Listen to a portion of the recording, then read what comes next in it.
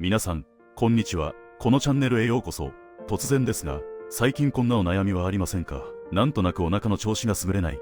便秘がちで毎日すっきりしない。肌荒れや疲れが続いている。実はこれ、全部腸内環境が原因かもしれない。今日の動画では、腸内環境を整えるために必要な知識と、腸活におすすめの食べ物6選を徹底的に解説します。最後まで見ていただくと、今日の夕食から実践できる知識が身につきます。まず最初に、腸内環境の話をする上で欠かせないキーワード、腸内フローラについて解説します。私たちの腸の中には、驚くべき数百種類、約40兆個もの細菌が住んでいます。これらが集まってできた状態を腸内フローラと言います。腸内フローラを顕微鏡で見て、まるでお花畑のように見えることからこの名前がつきました。腸内フローラの理想的な状態は、様々な種類の細菌がバランスよく共存している状態です。その中でも特に大切なのが善玉菌を増やすこと。これが腸活の核心です。善玉菌は腸の消化吸収を助けたり、ビタミンや短鎖脂肪酸のような体に良い物質を作ったり仕事があります。代表的な善玉菌は3種類あります。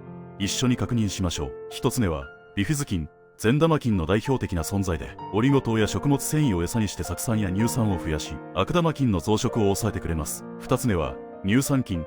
ヨーグルトやチーズなどの発酵食品に多く含まれる、私たちに最も馴染み深い菌です。摂取した糖から乳酸を作り出し、腸内を酸性に保ってくれます。三つ目は、酪酸菌。近年特に注目されている菌で、短鎖脂肪酸の一種である酪酸を産生します。大腸が正常に働くために、この酪酸は欠かせない存在なんです。善玉菌を増やすための食事には、大きく分けて2つのアプローチがあります。この2つを組み合わせることが、腸活成功の鍵です。1つ目は、プロバイオティクス。ビフィズス菌や乳酸菌などの生きた善玉菌を、直接体に取り入れる方法です。ヨーグルト、納豆、キムチなどの発酵食品が代表例です。2つ目は、プレバイオティクス。腸内にもともとある善玉菌の餌になる食品を摂取して、善玉菌を育てる方法です。代表的なものが食物繊維とオリゴ糖です。では、プレバイオティクスの代表である食物繊維とオリゴ糖について、もう少し詳しく見ていきましょう。食物繊維の目標摂取量は、18から64歳の男性で1日 21g 以上、女性で 18g 以上。ところが現実は、多くの方が1から 3g 足りていないのが現状です。意識して摂ることが大切です。食物繊維には水溶性と不溶性の2種類があります。水溶性食物繊維は水に溶けてゼリー状になり、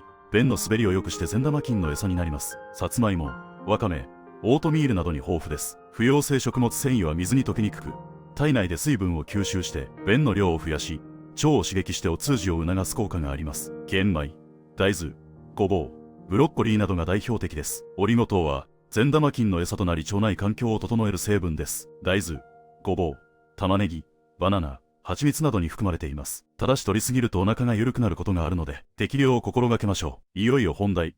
腸活におすすめの食べ物、飲み物を6種類。一つ一つ詳しくご紹介します。一つ目は納豆です。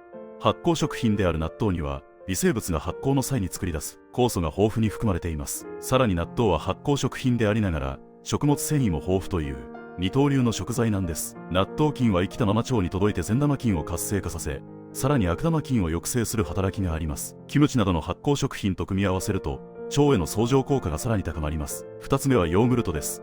朝食に手軽に取り入れやすい、腸活の定番食品ですね。ヨーグルトに含まれる乳酸菌やビフィズス菌が善玉菌の活性化に役立つ代謝物質を作り出し、腸内環境を整えてくれます。ヨーグルトと発酵食品の味噌を合わせた即席キムチも試してみてください。ヨーグルトベースのタレに漬け込むと、じっくり漬け込んだような旨味が出て絶品ですよ。三つ目は海藻類です。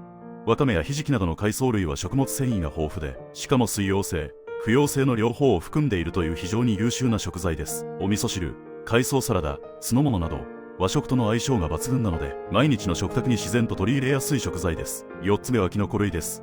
キノコには不溶性食物繊維がふんだんに含まれており、さらに旨味成分のグルタミン酸や代謝アップのビタミン B1 など、多様な栄養素が含まれています。えのき、しめじ、しいたけ、エリンギなど種類が豊富で、いろいろな料理に活用できるので飽きずに続けられます。五つ目は甘酒です。